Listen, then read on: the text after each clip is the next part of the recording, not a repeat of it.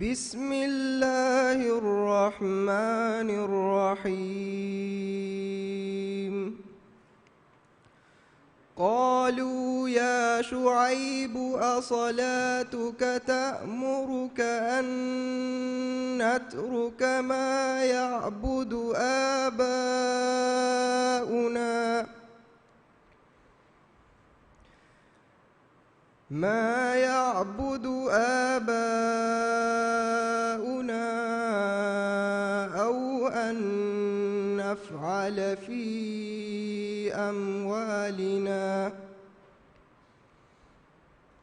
أو أن نفعل في أموالنا ما نشاء إنك لأنت الحليم الرشيد. قال يا قوم أرأيتم إن كنت على بينة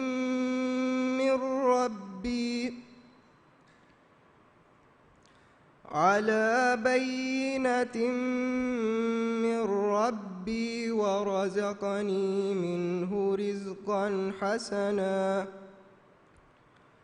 وما أريد أن أخالفكم إلى ما أنهاكم عنه إن أريد إلا الإصلاح ما استطعت وما توفيقي إلا بالله عليه توكلت وإليه أنيب.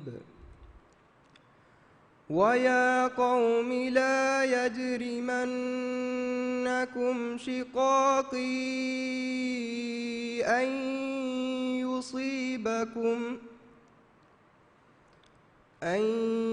يصيبكم مثل ما أصاب قوم نوح أو قوم هود أو قوم صالح وما قوم لوط منكم ببعيد. واستغفروا ربكم ثم توبوا إليه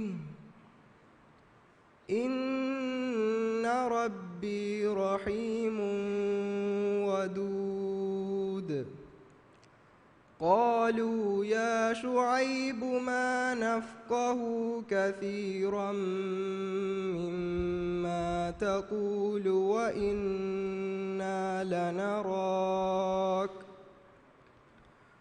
وإنا لنراك فينا ضعيفا ولولا رهطك لرجمناك وما أنت علينا بعزيز. قال يا قوم أرهطي أعز عليكم من الله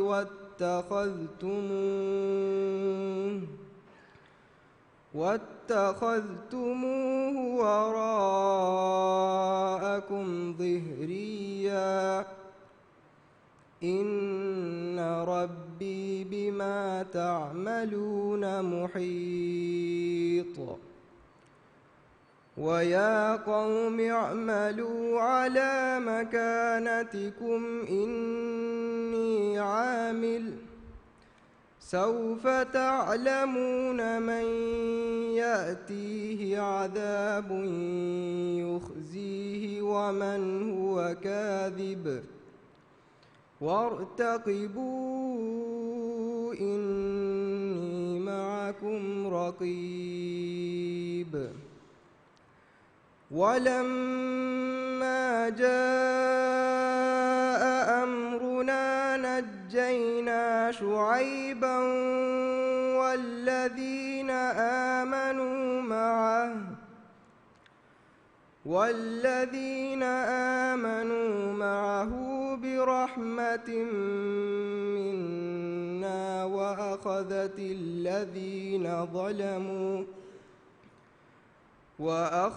الذين ظلموا الصيحة فأصبحوا في دارهم جاثمين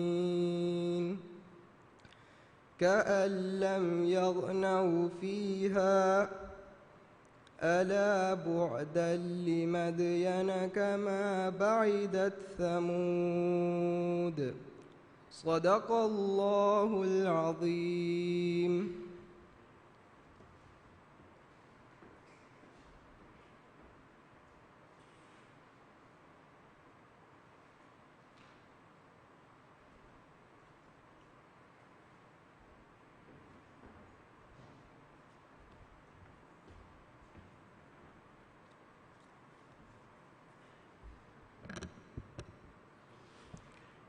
بسم الله الرحمن الرحيم الحمد لله رب العالمين والصلاة والسلام على أشرف الأنبياء والمرسلين سيدنا وحبيبنا وقدوتنا محمد وعلى آله وصحبه أجمعين.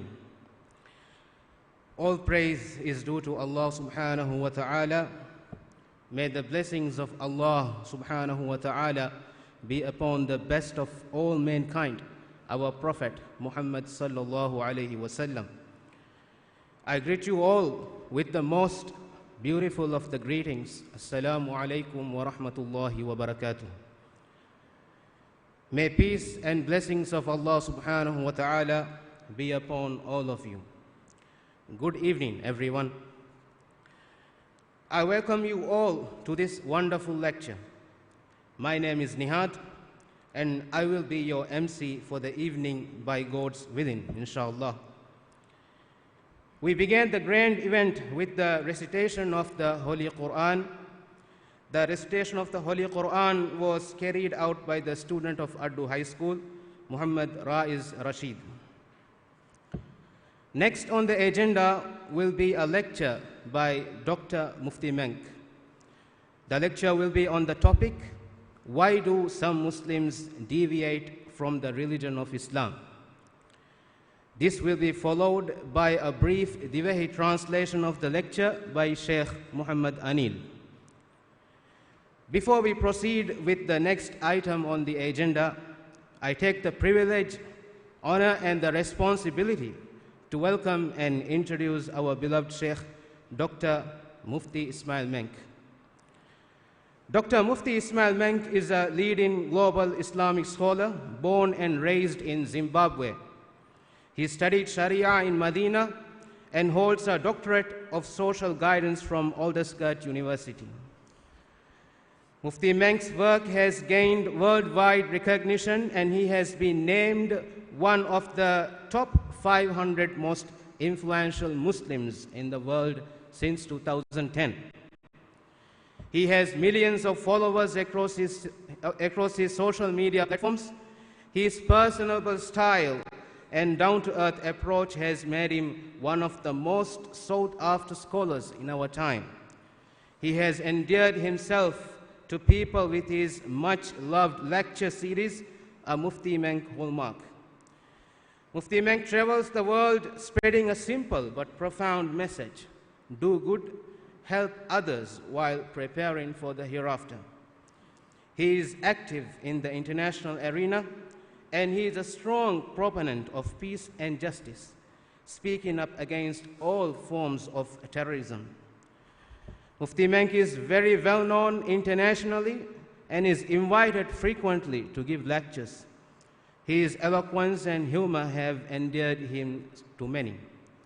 So now, without further delay, I humbly invite Dr. Mufti Ismail Menk to come forward and deliver his lecture, which is going to be on the topic, why do some Muslims deviate from the religion of Islam? Dr. Mufti Ismail Menk.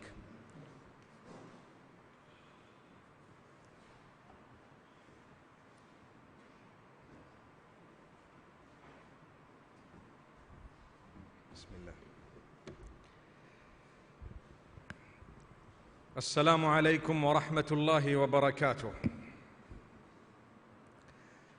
بسم الله الرحمن الرحيم. الحمد لله والصلاة والسلام على رسول الله وعلى آله وأصحابه أجمعين. We praise Allah subhanahu wa ta'ala. We send blessings and salutations upon Muhammad sallallahu alayhi wa sallam, his household, his companions. We ask Allah to bless them, to bless every one of us, to grant us from his goodness and to protect us from all evil. Ameen. My brothers and sisters in this beautiful city of Addu, it's my second time coming here. I think very soon I'll become a citizen of this place. The beautiful weather here, especially this evening, although we did not risk it due to the possibility of rain, is definitely a sign of the mercy of Allah subhanahu wa ta'ala. The hearts are all together. The people are beaming with goodness. So I'm very happy to be in your midst. My brothers and sisters, when I was young, and maybe some of us when we were young, we were told what to do without explanation. We were told, Salah 5 times a day. You have to get up for Fajr. And if you didn't, there was either a silent warning with the eyes, or perhaps there might have been a look at the whip that was hanging behind the door. Subhanallah. Or perhaps there could have been a verbal threat in the case of some. If you don't, I will beat you up. Without explaining. Sometimes, subhanallah, in the case of most of us, we just did as we were instructed because we had to get done with it. That's it. But sometimes we didn't understand why we were doing this. And you know, our parents, perhaps our grandparents, some of those who taught us, they just wanted to see us fulfill what they believed was the right thing. But unfortunately, they did not realize that in some cases, people would grow up hating what they're doing because they grew up, according to them, being forced to do something that never made sense to them. Yet, if they were to have spent a few moments explaining and perhaps nurturing and perhaps educating, it would have made a huge difference. To do something with knowledge is far greater than to do something without knowledge. And this is why, to be able to worship Allah, the more you know Him, the more likely you are to be closer to Him. إِنَّمَا يَخْشَى اللَّهَ مِنْ عِبَادِهِ الْعُلَمَاءِ. Indeed, those who have the knowledge of who Allah is, those who have the knowledge of revelation, they are the ones who would be able to be the greatest in the consciousness of Allah subhanahu wa ta'ala. When you don't know Allah, how are you going to fulfill His rights? If a man were to walk into here, or a woman were to walk into here, and you had no clue who he or she was, you may not be able to fulfill their rights. Perhaps the basic rights you would, because they are human beings. But you would literally want to slap yourself if you found out later on that the person seated right next to you was X, Y, and Z. May Allah subhanahu wa ta'ala grant us all goodness. The point I'm raising is, back in the day, it was okay. We followed when we were told what to do without explanation. But today, the globe has become a little village where a lot of questions are being asked.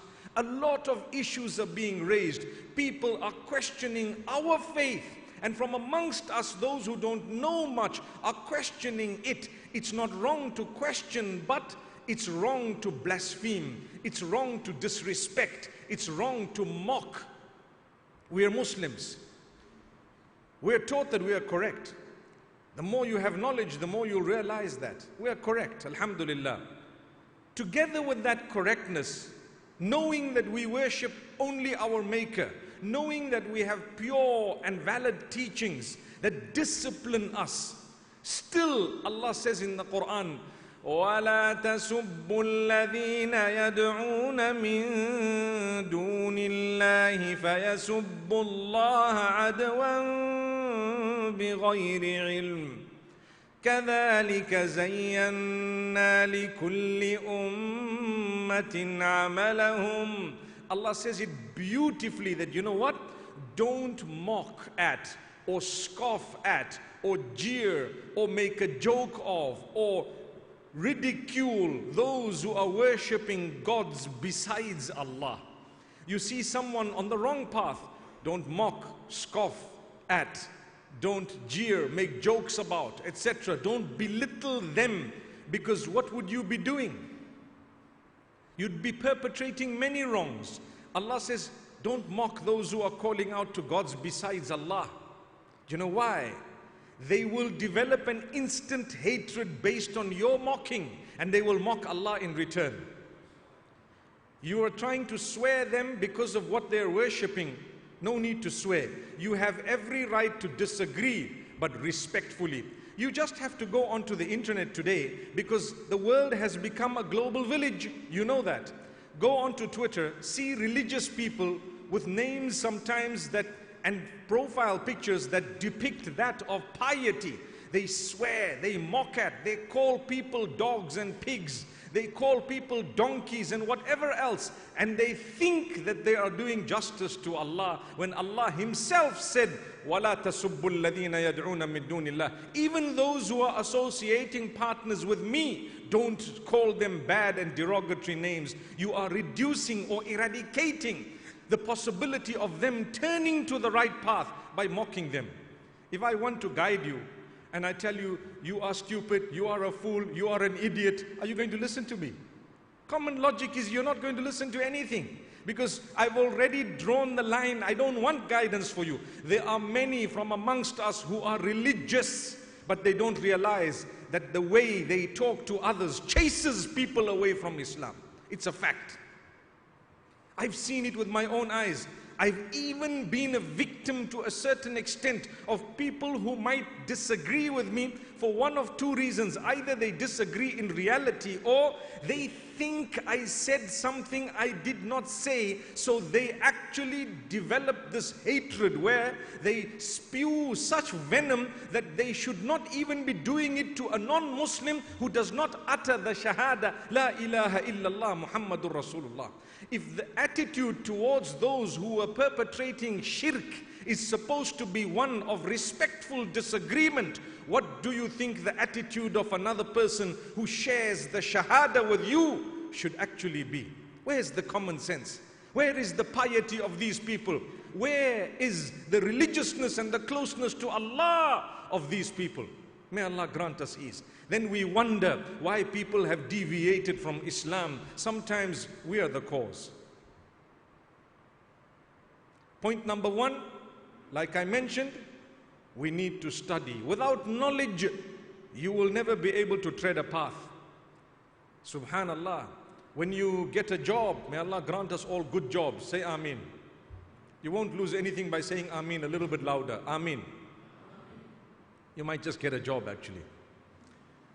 In reality, when you get a job, you want your boss to tell you what exactly he expects of you. Please come at 8 o'clock, be here at 5 to 8. You clock your card in here, or you press your thumb in here. You make sure you come in. This is your designation, 1, 2, 3. And this is what we expect of you. And you can leave at this time, come back at this time, do this. You will get to leave at this time of the year. You will have so many days in the week, so many days in the month, perhaps so much in the year, and you will this, and you will get a salary and an increment. The more you know what your job is all about, what to expect, subhanallah, the more dedicated you are, because you begin to like the job. There is mutual respect. When they disagree or when something happens that is not favorable, you are dealt with respectfully, even though you may be reprimanded. If I'm working for you and I do something detrimental to the company, surely you have the right to deal with the matter, but it needs to be dealt with in a respectful way, respectable, polite. I'm a human, you're a human. We make mistakes, and sometimes we do things that are wrong. Some people mischievously, and some people out of error. Both ways we have to deal with it. One might be dealt with a little bit of firmness, but still respect. Wallahi, if this is the case regarding matters of the worldly life, what about matters of the deen and the religion of Allah? Surely you should be dealing with people in a good way. Yesterday I spoke in Mali, and I spoke about how the Prophet Moses, peace be upon him, was sent to a man who was terrible, terrible. No, none of us, no one we're ever going to meet on earth is ever going to be worse than him. No one. And Allah tells him, speak to him politely, with softness, with kindness. May Allah grant us ease. So my brothers and sisters, sometimes we chase people away from faith simply because of the way we've addressed them. And remember one thing, primarily, people are such that if you were to respect them and you were to show some kindness, they will want to listen to you a little bit more. If you show kindness, if you show that you care for them, if you show that you care for them, they will want to listen to you. If I were to meet you, the first thing I want is to try and draw you closer to Allah. That's the first thing I should want. Mu'adh ibn Jabal radiyallahu anhu was sent to Al-Yaman. He was told, you will meet a group of Christians. فَلْيَكُنْ أَوَّلَ مَا تَدْعُوهُمْ إِلَيْهِ شَهَادَةِ أَن لَا إِلَهَ إِلَّا اللَّهُ وَأَنَّ مُحَمَّدًا رَسُولُ اللَّهِ. The first thing that you should call them to, let's listen carefully, because some of the ignorant people don't analyze the words. They just hear them and they think something else. Mu'adh ibn Jabal radiyallahu anhu was going to Yemen. And the Prophet ﷺ told him, you will meet a group of Christians. The first thing you should call them towards is worshipping Allah alone and the fact that Muhammad, peace be upon him, is the messenger. That is what we do. That is what we should be doing. Remember, it says the first thing you should be calling them towards. It doesn't mean as soon as I see them, I say, hey, Allah is one. Relax. You first need to acknowledge the person. You need to develop a slight bit of a rapport with them. You need to let them know that you care for them. And when you start calling them to something, then the first thing that you are going to call them towards is Allah. That hadith does not mean as soon as you see a person, you tell him, hey, you got to worship Allah. In that way, you're going to chase people away. You will chase them away when you've shown no care for them. But unfortunately, there are people who subscribe to knowledge, who actually think that it's haram to show any form of connection to anyone before calling them towards Allah. That is a misinterpretation. And it is this type of misinterpretation that chases people away from Islam. I'm a Muslim. You may be Muslims, alhamdulillah. In some cases, in some countries, there may be people, and in some gatherings, people who may not be Muslim. They would never be in the gathering if they did not think that this person cares for us. This person is concerned for us. This person is going to tell me something that will empower me, make me feel like a better Muslim, make me feel better in whatever way. Subhanallah. My brothers and sisters, we have to show care for one another. We have to understand, create a rapport with one another. Develop this connection to a certain extent. And then when you have the opportunity for them to listen to you, then you will, inshallah, call them towards Allah. And you will continue in that order that Allah has asked you, in a tactful way, in a beautiful way. But my brothers and sisters, remember one thing. If we ourselves don't know, or we are not convinced by what we are doing, we're never going to be able to deliver that particular message. And unfortunately, there are many who don't have enough knowledge to be totally convinced sometimes. People say, why is this? Why is that? They have questions. And it brings me to another point. I said when we were young, we were instructed, and we did, because we were good children. Then when we had questions, we were told something. You know what we were told? You're not allowed to ask. It's haram. You can't ask. I can't ask for what? When Allah subhanahu wa ta'ala clearly says in the Quran, فَاسْأَلُوا أَهْلَ الذِّكْرِ إِن كُنتُمْ لَا تَعْلَمُونَ بِالْبَيِّنَاتِ وَالزُّبُرِ. If you don't know the revelation, you don't understand something, ask those with sound knowledge. Ask is the point I'm raising. Ask those with sound knowledge. We were told, you can't ask, you have to just believe. But I need to understand this. It's not like I want to be a disbeliever. It's not like I want to get close to Allah, but I want to understand, why do I have to pray 5 times a day? Please explain to me. Astaghfirullah, a'udhu billah. How could you ask that question? Are you not a Muslim? How can you not pray 5 times a day? I didn't say I'm not praying. I want to know, why are we praying 5 times a day? What is the idea of having Fajr early morning, having Isha late? What is the idea of putting on the hijab? What is the idea of eating halal? What is the idea of facing the Qibla? What is the value of the Kaaba in Islam? These are very important questions. But unfortunately, many a times people say, you're not allowed to ask these questions. You know why? They are too lazy to answer them. That's why. Too lazy. And sometimes they themselves don't know. It was parrot fashion. That's all. We have a conviction. We are Muslims. We have said our Shahada. My brothers and sisters, increase your knowledge. قُلْ هَلْ يَسْتَوِي الَّذِينَ يَعْلَمُونَ وَالَّذِينَ لَا يَعْلَمُونَ. Are they equal, those who know and those who don't know? Never. They are not equal. So learn more. Keep asking and keep finding out. The problem we have is when we do not answer the questions our children ask us. They start searching. Where do they search? Please tell me where. Don't pretend like in Addu it's any different. Where do they search? Where? Google. The biggest sheikh on earth. Google, right? And this sheikh can lead you in any direction. The minute you type out Islam and you want to search it, mostly what the non-Muslims have said about Islam comes first in the search results. And this is what your kid is going to look at, because you didn't answer the question. They had to go to Google. You didn't deal with it. Now when we talk about some of us deviating from the faith, do you know another reason?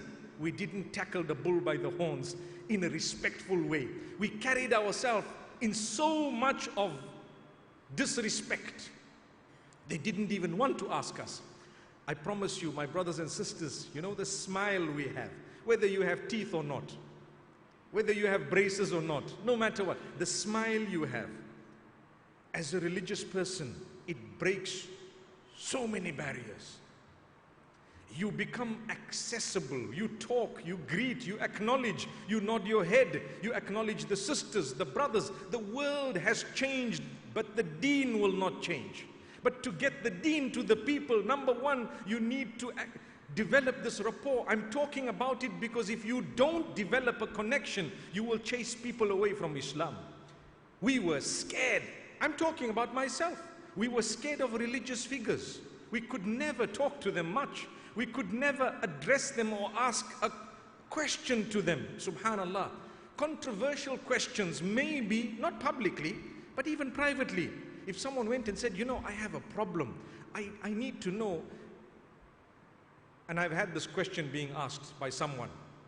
Someone told me that the child who's asking me the question is saying, when I was born, my mom and dad were not yet married.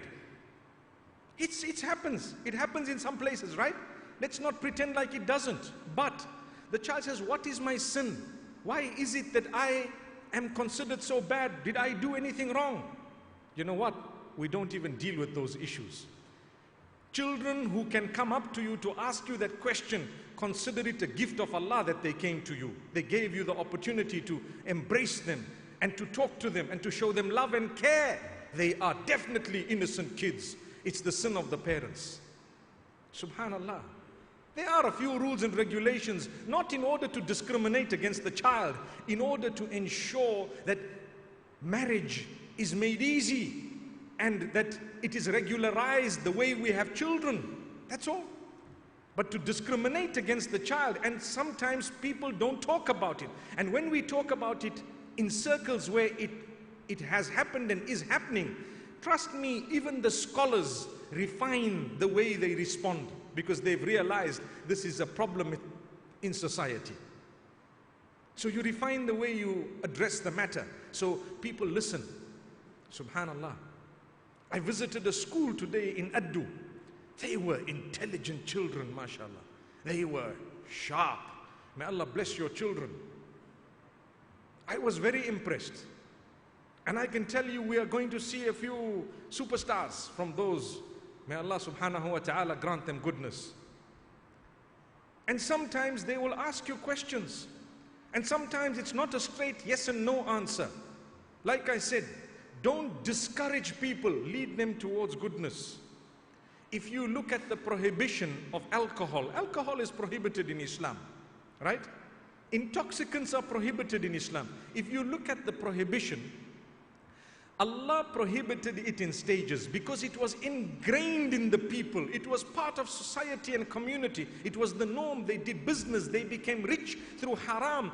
And slowly, in 3 or 4 stages, it was made prohibited. Subhanallah. Right? One of the reasons for that to be mentioned to us is for us to be able to learn a lesson. Alcohol shall remain prohibited. Intoxicants will remain prohibited. But in any other matter of, for example, a person struggling in their faith, to help them through is a godly way. It's a way of Allah. Someone is struggling. I give you an example. Person comes to you and says, you know, I'm struggling with salah. Right. What did they say? I'm struggling with what? Salah. Salah is the 5 daily prayers. And you're a scholar, or you're a religious person, or you're a parent, or you're a sibling, whoever.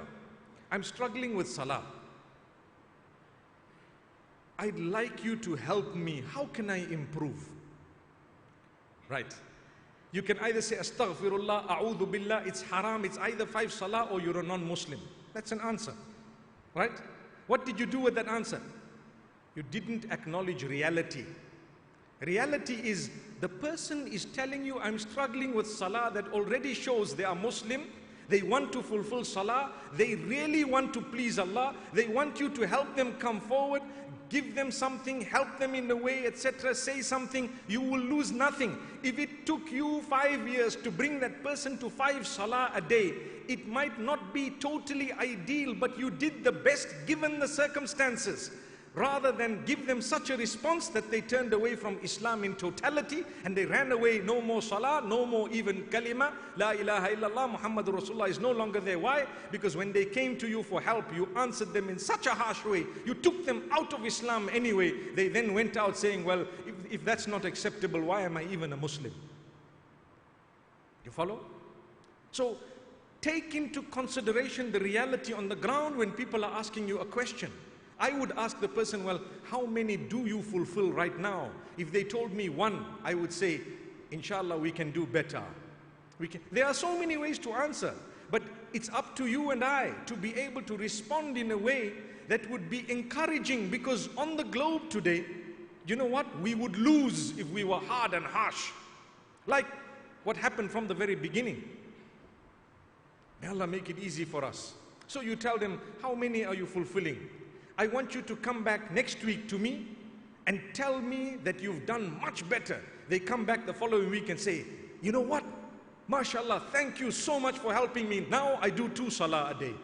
Woohoo! Someone might say, Astaghfirullah, that's still haram. You're still a kafir. La hawla wa la quwwata illa billah. They will cite the hadith for you. Al-ahdu alladhi baynana wa baynahum as-salah. Faman taraka as-salata muta'ammidan faqad kafar. We don't deny the hadith. The hadith speaks about how important salah is for a Muslim. But here we are trying to help someone when a person has some form of disease, of a cancer, etc. You don't write them off. You try and deal with the cancer. You go for chemo once, twice, 4 times. Then you do another test to check how far the cancer has gone. Then you go again. That is for a physical disease. For a religious or a spiritual ailment, sometimes it works exactly the same. They need spiritual radiology, and then you check again. Then they need it again, you check again. They came back to you from 1 salah to 2 salah. According to mathematics and statistics, there was a 100% improvement, but you didn't acknowledge that. 100% improvement. I agree, we have not yet got to where we want to get to. But that, subhanallah, I thought of something. That bridge that was built from the airport to Male did not take one day, right? It was stage by stage. Every time I came, I saw something, I saw something, I saw something. The last time I came, they said it's almost ready. This time I came, whoa, there's traffic on it, mashallah. How long did it take? Imagine first day someone comes, this country is useless because there is no bridge between the capital city and the airport. Finished, I'm never coming back to this country again. Wait, come back after 5 years, see what happened. Do you understand what I mean? We know that when it comes to advancement, why can't you do that for your own faith? And trust me, they might come back to you after, if you gave them encouraging words and you told them to get into good company and you address them in various different ways, you would actually help them, save them from deviation. By what? By hikmah. That is the reason why the Quran says, when you call towards Allah, it's more important than any other calling, anything else. ادع إلى سبيل ربك بالحكمة والموعظة الحسنة. When speaking about the Christians and the people of the book, Allah says, when you are calling people towards Allah, use the greatest of wisdom and the best of words. Greatest of wisdom. Be wise. What is wisdom? Wisdom entails knowledge of reality on the ground today. It doesn't mean we have changed the Sharia, we have changed Islam. No, you need to know the reality and address the people in a way that they continue to improve while you improve yourself as well. Don't take yourself out of the equation. How many good people have slept over Salatul Fajr? There have been occasions when I have, as a human being, sometimes, and you get up and you say, what happened? I just missed Salatul Fajr. Does it not happen? Don't pretend like it doesn't happen. It happens to every single one of us. Sometimes very little. Maybe once in your life, twice. Sometimes it used to happen more. Now it doesn't happen that much. You know what? It even happened at the time of the Prophet ﷺ. That's why he said very clearly, hadith, authentic, من نام عن صلاة أو نسيها فليصليها إذا ذكرها. Problem solved. How beautiful. He didn't swear anyone, he didn't curse anyone. If they went to the Prophet, peace be upon him, I forgot to make my salah. Sometimes you're so busy, you're occupied, you want to fulfill your salah. Normally you do read your prayers, but you know what? Somehow you forgot it. It slipped your mind. You were too busy in something. You are a human being. It doesn't mean you suddenly quit the deen. No, you didn't. So the Prophet, peace be upon him, says, whoever overslept and whoever forgot their prayer, as soon as you remember or as soon as you get up, fulfill it as a qada. Qada meaning a missed prayer. Make it up. Beautiful solution, right? He didn't swear, he didn't curse, he didn't take someone out of Islam. Try going to ask someone today. People don't ask the question anymore. You know why? They dread the answer. I wonder what's going to happen. Subhanallah. So they start doing their own thing. And as a result, they will come back to you and say, you know what? There's only 3 prayers in the day. Because Allah says, Yuridullahu bikumul yusr. Allah wants ease for you. And you know what? Fajr and Isha are too difficult, so we don't have to fulfill them. A'udhu billah. How did you get that? You started checking on your own and people confused you. I remember someone who actually told me, you know, they actually said, once I heard from my mother many years ago, but never mind my mother, it happened to me. Someone actually told me, I made 2 wudus, so if one breaks, I still got 1 more. I said, what are you talking about? Did you hear what I just said? 2 wudus. Just before she wore her makeup, she said, I'm making 2 wudu because I'm putting on very expensive makeup. It costs 60 pounds. You know what is British pounds, right? The makeup was 60 pounds. So I'm making 2 wudu. If I break one, I still have the other one. At least I haven't wasted my money on my makeup. La ilaha illallah. I would have just made 20 wudus if that was okay, and whole month I would have been fine, right? That's not correct. So you have to explain to them nicely to say, my sister, in a beautiful way, instead of swearing. My sister, you know what? Your relationship with Allah through the connection that is the most powerful, known as prayer, don't compromise that for 60 pounds. You are selling that for 60 pounds. You understand? Someone asked me about nail polish. It's just an example. I'm giving an example. There is a debate. What is the debate? Some nail polishers are claiming to be wudu friendly. That means you can use them, you make wudu and don't worry, it's okay, it's fine. Water goes through it. Because the ruling is when you're making wudu, water needs to get to the surface of the nail. They say this is wudu friendly. So if you look carefully, there is a debate. Some people say, yes, it is wudu friendly, and other people say, no, it is not wudu friendly. I am here in the middle, I don't use, can you see? I don't use it, right? I'm stuck. Why? Because there is an argument here, an argument there. I have had people, one sister, may Allah grant her goodness, I don't even know who she is. She sent me a mail and told me, I work in a certain company and I just want to tell you that this is not permeable. I'm shocked, I don't even know. But all I know is there is an argument. So one of the sisters had the nail polish. And she caught me at one of the venues in another country. And she says, I want to ask you if this is okay for wudu. Now I'm stuck. What do I do? I don't know if it's the permeable one. I don't want to make haram halal and halal haram. I told her, my sister, there is a debate about this. It is less than 1 inch of paint. I suggest you don't compromise your strongest link with Allah for 1 inch of paint. Use something else. She said, I never thought of it that way. Do you understand? I didn't say it's haram, it's halal, because in all honesty, I don't know. It could be. But imagine you come on the day of judgment and you did all your salah. Just imagine, is there a possibility? From a statistical point of view, there is a probability because there is an argument. Imagine you come on the day of Qiyamah and you are told, hey, there's 0 salah next to your name. But how come? I did it all the time. Oh, you used this nail polish and you know what? It wasn't valid. Actually, now we're telling you the reality. I didn't know. So what I'm saying is, it can happen. It may happen what I just said, right? Instead of that, come out of the argument and just say, you know what? I'm not going to compromise my relationship with my Maker. The strongest link is salah. أَقْرَبُ مَا يَكُونُ الْعَبْدُ لِرَبِّهِ وَهُوَ سَاجِدٌ. The closest that a slave can be to their Lord is when they are in prostration. And you know what? I don't want to compromise my relationship, so I'll use something else. There are so many other alternatives, mashallah. So many other alternatives. There is this henna that you can use and many other things. May Allah subhanahu wa ta'ala grant us goodness. So this is one example. When you address someone and when you sat and thought carefully about a convincing answer, even the most stubborn can be convinced. Because in reality, it's not stubbornness. They want to understand it. They desperately want the answers. There are questions that are screaming for answers and people are just brushing them under the carpet. May Allah grant us ease.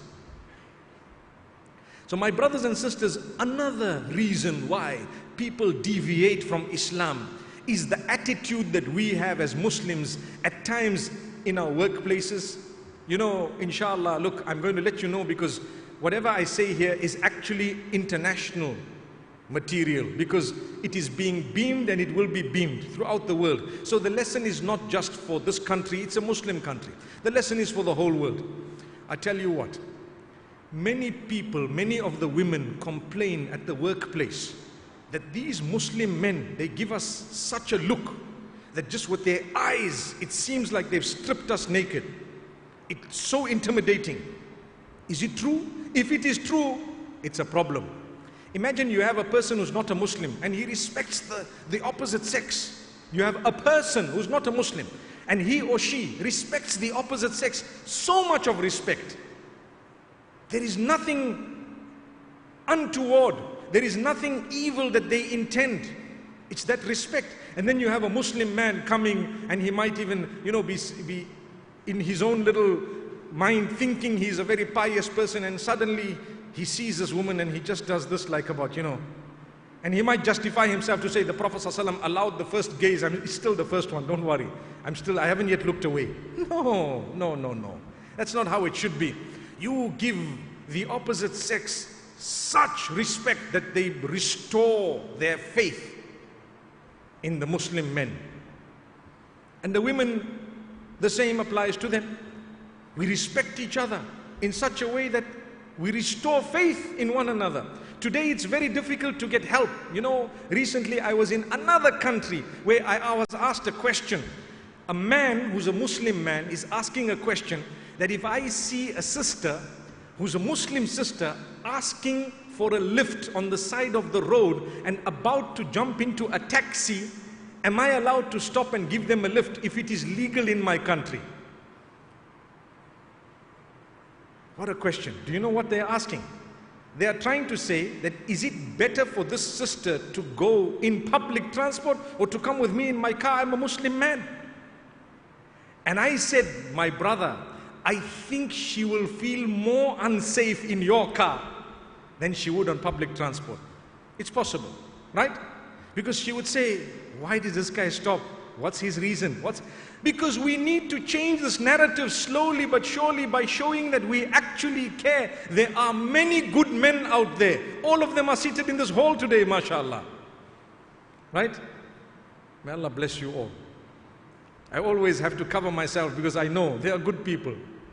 We are all trying, but we need to change this narrative, become responsible. When our morals and values begin to drop, really people become despondent. They think, look at these Muslims. But it's not Muslims, it's not Islam. It's the actions of the people. We swear, loud swear words. And the hadith says, Al-mu'minu, a mu'min is not badhi, wala fahish, wala mutafahish. The Prophet ﷺ himself was never abusive or immoral in the way he spoke. You know, the F word, it's a swear word. The SH word is also a swear word. We use it like we are using salt and pepper in our food and we are Muslims. I'm being clear, I'm not mincing my words. We use these words like there's nothing wrong with it, but you're a mu'min. I want you to promise me one thing, my brothers, my sisters. A life-changing thing, very simple but life-changing. You want to hear it? You ready? Are you ready? Promise Allah that you will not use derogatory, immoral, hurtful and abusive words from today. That's it. Did we promise? See, the yes was very low. Huh? Did we promise? Inshallah, you will be asked. Immoral, abusive, hurtful and vulgar. You don't need it. Use good words. You know what? You will encourage people. You will really improve yourself as a mu'min, as a believer. You become conscious. I can disagree with you. I can, for example, have a little argument, whatever, on condition that I do not use that which is hurtful, harmful, disrespectful, and so on. I must say it in a beautiful way. Why do we hurl abusive words? Swear words. I'm a mu'min. I say Allahu Akbar, Allah is the greatest. And 5 minutes before that I was swearing someone. Come on, where is it? People become despondent. They start thinking, look at these Muslims. In business, we cheat sometimes. When people work for us, we shortchange them. We are not honest with them. You go and work for a company that is a total non-Muslim company and you're a Muslim. I do know that there is Islamophobia. I do know that there is discrimination. But in a lot of companies, they will respect you. They will give you the promotions. They will give you the increment in salary. They will give you your holidays. They will give you everything. Justice. That's why everyone wants to work for that company. Come to a Muslim company. They promised you to go. They said, don't go. Why? I need to go for Umrah. So you stay here. But it's my days of holiday. My brother, you will get a bigger reward for being honest and upright. It's okay if they agree and allow. But if you are pushing it and forcing it, all you are doing is you are letting people have a bad image of who you are. And because you're a Muslim and you're an ambassador of Allah subhanahu wa ta'ala on earth, you have actually created a bad name for the Muslims. What happened to the promotions? What happened to the way we treat those who work for us? May Allah subhanahu wa ta'ala grant us ease. our colleagues, and those whom we interact with learn to develop the best of morals and values. The best of values. This afternoon I spoke at the school. I said something I want to repeat here today. I gave them 2 pieces of advice. I told them, be very mindful, be very responsible regarding the way you use or you make use of technology as it is advancing. Be very responsible regarding the way you use technology as it is advancing. That's a powerful piece of advice. Technology in itself is not bad. The way we use it can make our use of it very bad. It can destroy us. The phones we have in our hands, probably this apparatus that we have, we use it the most, so much so that people are sitting right next to each other, but they have to call each other through the phone. The wife sends a message. She tells the husband, I love you, I miss you, I love you, I adore you. He doesn't hear a thing. He's on his phone. He might be messaging someone else saying, I love you, I miss you, same thing. He doesn't realize. Then when she messages to say, I love you, and it comes, sitting right next to you, and she's watching. And the only way we got through to him was through the phone. Trust me, it's happening vice versa. It's not only the men who are guilty. Let's get that correct here. It's happening vice versa. We're sitting such that we don't even know. Do you know? I know of a couple, and there are many such couples. The husband was telling me we went on a very, very expensive holiday. And my wife was not, they went to a beach. It was not Maldives. If they came to Maldives, maybe she would put her phone away and go. But my wife was only interested in how will my picture look on Instagram? How will I look on how will my photo come out? She wasn't interested in going in the water and enjoying the swimming and whatever else there was there. She never even went to wherever else besides for photo shoots. So it's no longer a holiday. Photo shoot you can do at home with your own computer. Trust me, we can help you do that also. When you go, put the phone aside. Enjoy yourself. The moment is more important than the photo. A few photos here and there, alhamdulillah, it's okay. But to be obsessed with it to the degree that you've lost reality is where we are heading today. Even in our own relationships. Look at the Muslims. You know, divorce is not prohibited, but it is frowned upon. It's the last, what can I say, the last resort, right? But it's on the increase so much because people don't know why they are marrying. People don't fulfill each other's rights. And then we look at each other and say, subhanallah, but it's the Muslims, Muslim nation, Muslims, and look at how they don't even get along, they don't even know each other. Can't we deal with that, inshallah? Let's respect each other. Let's fulfill each other's rights. Let's honor our spouses. Let's make them feel important. Trust me, you change the world. You change the world. It's not difficult. I know the older lot here, you can close your ears for a minute, but the younger guys, how you express to your spouse how much you love them, even though you love them. The expression means a lot. You keep them believing that yes, indeed, I'm worth it. At a time when the whole world is trying to show how worthless people are, if they don't live up to a certain level of makeup alone. You know, makeup, I don't want to say that it's completely prohibited. No, it depends on the level of it. How much you're using, when you're using, how you're using, etc. If you're obsessed with it such that your own phone does not recognize your face, then you have a problem. Then you have a problem. Subhanallah. You know, recently there was a case where one of the brothers was explaining how there was a person who went missing. And they say all the photos we had of this person were not really what she looks like. How can we say look for this person? They will never find her. Do you understand what I'm saying? They won't. I'm not saying don't use, but I'm saying know your limits.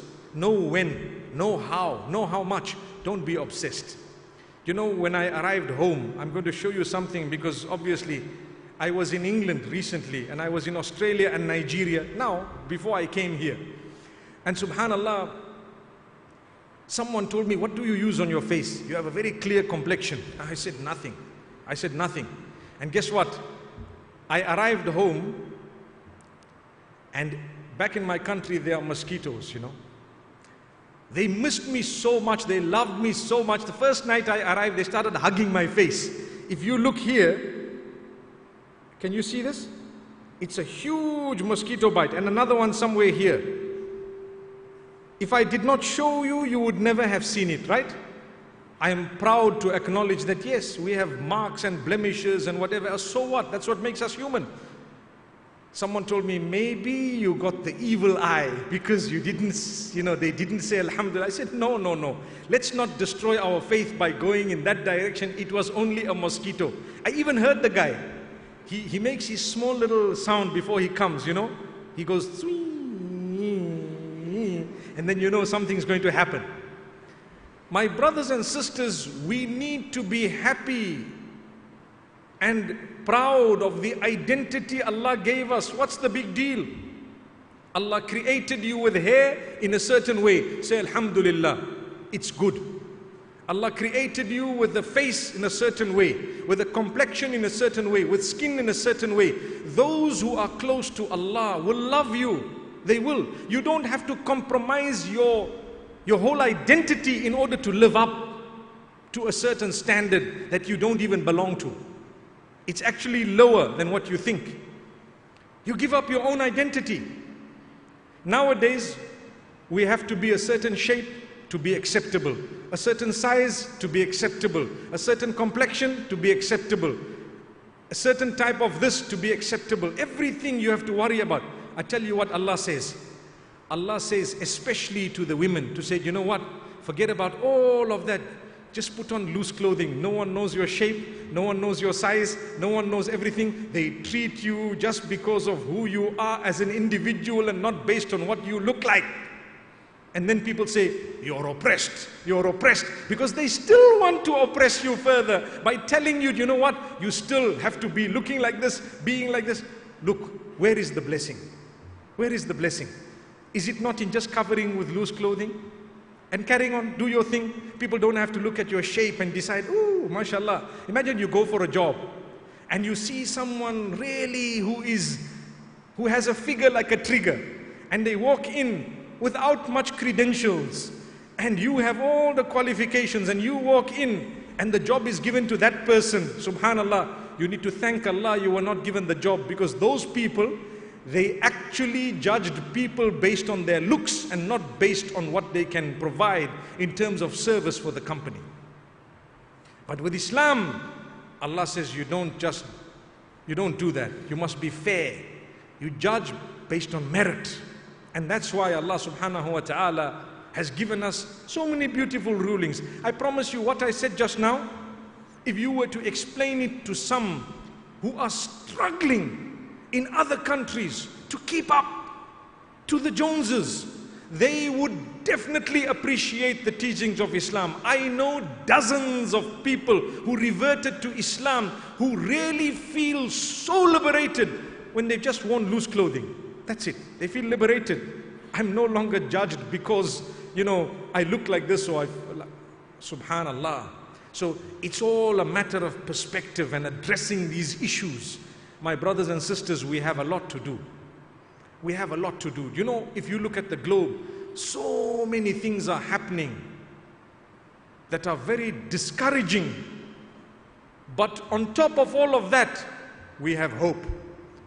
There are still a lot of good people who want to see a lot of goodness, and Allah will allow it to happen. It's a matter of time. When Boko Haram in Nigeria started saying that we disagree with secular education, they didn't stop there. If they disagreed and they explained their disagreement, perhaps people could have a counter explanation and a counter explanation, etc., etc. They decided, you know what? We are going to become violent. Anyone who picks up a secular book, we will attack them. That's what Boko Haram did in Nigeria.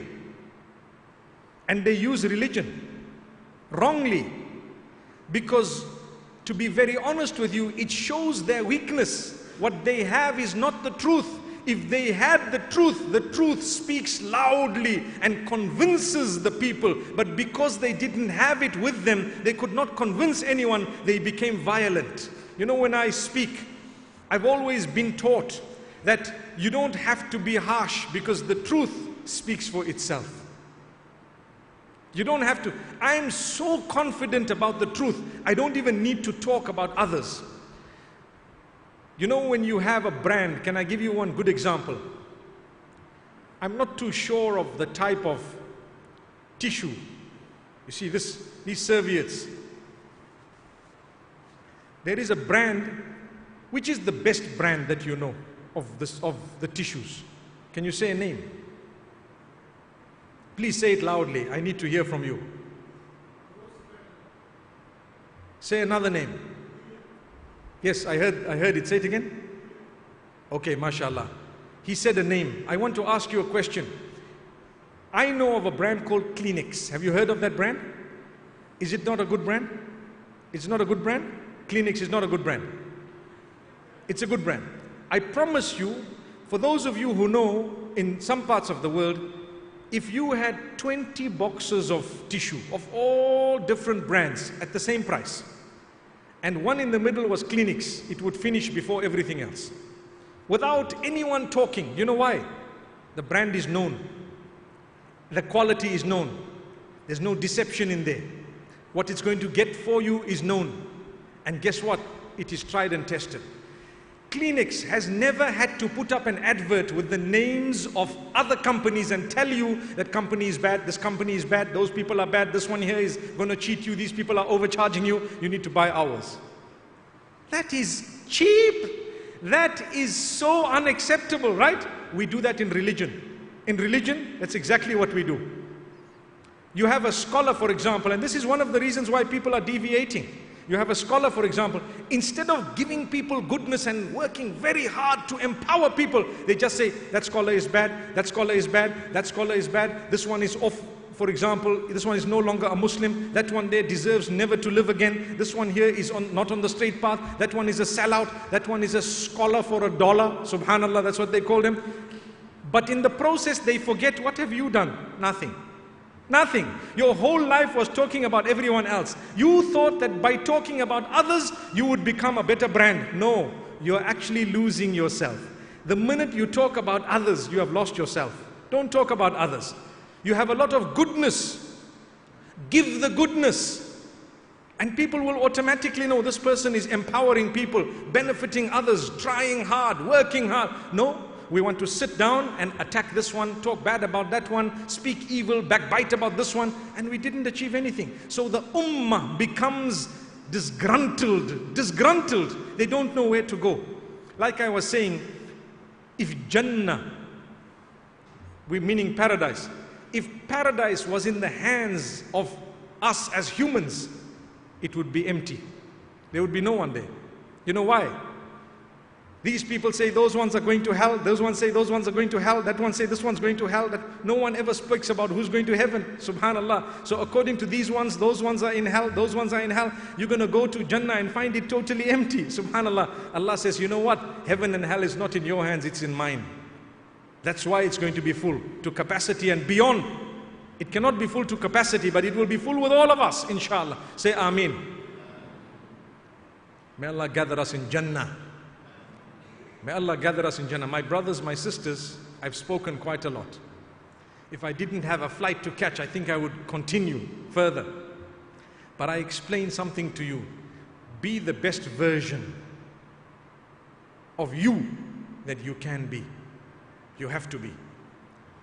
You will contribute towards the upliftment not only of the Muslim Ummah, but humanity at large. Be a good person. Tell yourself, am I a good person? Start at home. Don't oppress your wife, your husband, your children, your parents. Be respectful, be helpful, be kind, eradicate bad habits, live up to the standards, speak with respect. If someone asks you a question and you don't have the answer, go and find it out for them. Don't rebuke someone who asks you. Don't rebuke them. Someone asks you a strange question. Today the world is strange. There are people coming up with all sorts of things. The global village, there are weird things that are happening on earth. They will ask about it. Your child might come, a sister, a brother might come and say, you know what, I need help with this. Help them if you can. If you cannot, pray for them or lead them to where they might be able to get help. And that's the way we would actually be able to empower ourselves and protect not only ourselves but our generations from deviation. Go and learn. So you might want to know, right at the beginning I said, why do we pray Salah 5 times a day? I said that, right? That's a question. Why do we have to do this? Why are we not allowed to eat pork? Why should we only eat that which is halal? You want to know the answer, right? Because you need to teach others, right? Go and learn. Subhanallah. You need to learn. My topic was not that. Otherwise I would have sat here and started explaining one by one. But I want to explain to you why there is deviation from Islam. Some Muslims, they are disgruntled. I think I've explained more than 20 reasons here today. It's up to us to make a difference. Islam is being looked at with a microscope. Those who have disliked and hated it with a passion are turning towards it. And those who were born in it, some of them are turning away from it. I met Brother Arnold van Doorn. He was one of them who was involved in the Netherlands in blaspheming the messenger, peace be upon him, with a cartoon and movies. In fact, it was a movie that they created. You know what? Allah brought him to Islam. I met him. And his son came to Islam. And you know what? The man apologized. The man is a solid, good Muslim. He realized what he did was wrong. Allah guided him. Allah will bring people. Allah is the owner. Allah created everyone. Subhanallah. Allah created them. I repeat, when you disagree with someone, disagree respectfully. Keep a window for them to come in and to be able to see the light. Don't just close every door by swearing them, by being harsh and brutal. وَلَوْ كُنْتَ فَظًّا غَلِيظَ الْقَلْبِ لَانْفَضُّوا مِنْ حَوْلِكَ. I read this verse last night. I'm reading it again. O Messenger, if you were harsh, hard-hearted, they would disperse from around you. They wouldn't listen to you. It's a lesson for you and I. May Allah subhanahu wa ta'ala grant us ease and goodness, inshallah. I pray that I come back to the city of Addu and see greater development. Between the last time and this time, there was already a lot of development I can see. The school I went to this time, it wasn't there the last time I came. Next time, inshallah, we will see schools, universities, colleges, many other things that will be happening here. And inshallah, we will also see a flourishing of the deen. We will all become better Muslims, better people. We will encourage each other. We will help people so that one day we can all be regular on our prayers and beautiful people whom, when they look at us, people want to be Muslim. When they look at us, they want to be Muslim. There are some people whom they have helping hands at home who are not Muslim. Either a maid or a gardener or a driver. When they have been good Muslims, automatically these people say, I want to be Muslim. After a short space of time, they become Muslim because they see your life. You're living Muslims. Your life is clean, good morals, lovely speech. You know, the other day I went somewhere in Johannesburg with my wife. I entered a store and we got to the till and I was putting all the things out and, you know, on the till and talking and so on. And my wife was quite covered and I look the way I am. The lady is a non-Muslim. You know what she told me? I like the way you respect your wife so much. I can see you talk to her very nicely. I didn't know what to say. I didn't want to say, that's me, you know. But what I did want to say, I wanted to give her a message of Islam. So in one word I told her, my sister, that's the mother of my children. How can I not respect her? How can I not be kind to her? She actually looked at me like this. Before she could say anything, I was already gone. She knew these are Muslims. Look at how the man is treating his wife. Do you understand? Because when we see other Muslims and a lot of us, how we treat our wives, subhanallah. I know one brother, he walks in the mall. His wife complained that my husband told me I want you to be no less than 2 meters behind me. Doesn't make sense. And he's a religious guy. I spoke to him and he's a friend of mine. I told him, you know what, my brother? Hold her hand, man. Walk with her. She's your wife. People walk with haram, so much pride. Can't you walk with halal? Subhanallah. He says, no, at least I'll walk with her. I said, that solves the problem already. That's what I wanted. May Allah bless us. Let's show the goodness of Islam. And let's let the world know that really there is a lot of goodness. The actions of a small minority,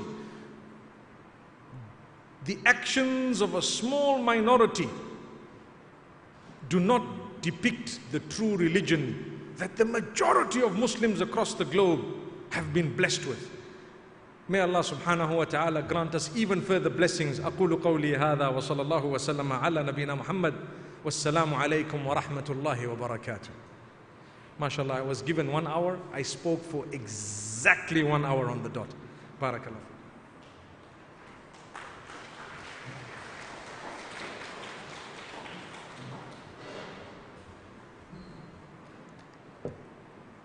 Bismillah, alhamdulillah, wassalatu wassalamu ala rasulillah wa ba'd.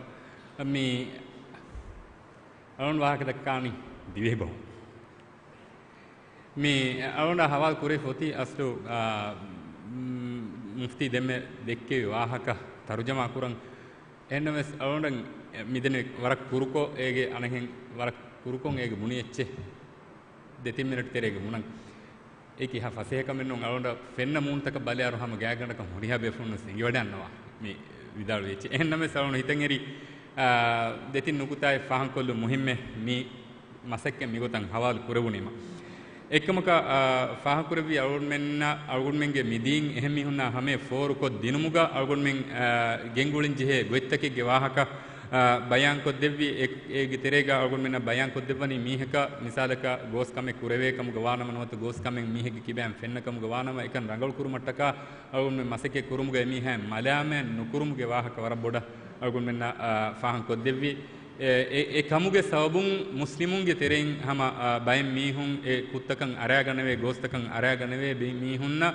islam dina duraddan jehe kamuga midenne gota malama kurun himenekan algon menna war tafsil ko bayan ko devi hame akiga egota mihunnan hew kantatta bayan ko deero emihunna meduga emihunna algon menna de terega gag gulumen ufed dumattaka riviti akhlaga akiga masekke kurumge wahaka mufti fahan ko devi hame akiga misakunna kureve kantatta nuwata rangal kantatta ugetere mihun gendiumuga e fiyawalaka fahu fiyawale kuriyan alayagen gos mistakun ege tere gennan ege misalu algun menna dekkevi raluge e ra haram kurevi gotuge hukum gotuge misalun e dalilu nangawa algun menna bayan ko devvi namaduge wahaka ennamadu kuramiha ene riveti gotuga bayan ko digen denamada hamen egota madumodun gengos e genda wahaka yakiga fahan kurevi ege mane ki hamaykan misalaka denamadu koggen fude wahake nune hama fas namadu fardu fas namadu kuran jihekame ennamadu kureve miha ena as algun men karen ehiyekan edumum mikamuge matiga khasako namaduge matiga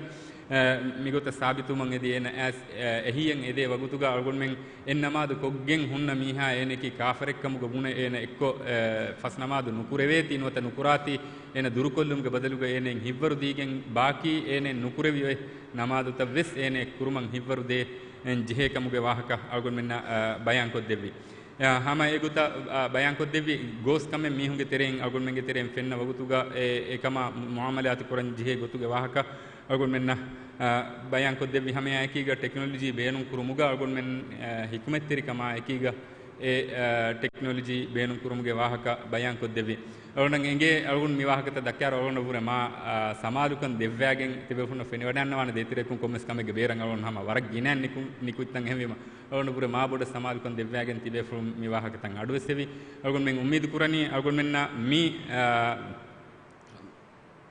fada ituru baddalu unta algun menna muftiya ekiga libigen daane kama algun menge mirege mi wahakata alun nimmalani alun menge muftiya nisbekko alun hama detin jumle dannawalana mi vedana alun anehen furatam faharam nikale wahaken audience ge kurimati ge school ni monu fahun ingresi bahun guna farukam wima ehem war boda nervous kam mati ge henname sege kuriga alun ministry ge namuga ministra Minister of Islamic Affairs Dr. Zahira Adi Ministry ke team ge namuga awunmenge meya Abdul Sadiga waraboda shukuru dannawan awunmenge mi event to mi ha furihama gotigga gendiumuga City Council ge faratum waraboda ebbaru din devwafe hemwima awunmen hama minister ge namuga adi awunda mikamuga awunmen mikoluga harakatiri team ge namuga meera waraboda shukuru dannawan ingata hama kuriga denne gota awunge wahaka mi I'd like to say some few words to you, Brother Sheikh. A big thank you for your efforts towards this very broad topic what you have explained to us. Dear Sheikh, the message from us, indeed we have learned that this dynamic globe, in this dynamic globe, we will fail if we are harsh and hard. So the message you have delivered to us, it was indeed beautiful. Jazakumullahu khairan, and we are, all of us, all of the people of Addu, we are waiting to see you again here in Addu again. Jazakumullahu khairan.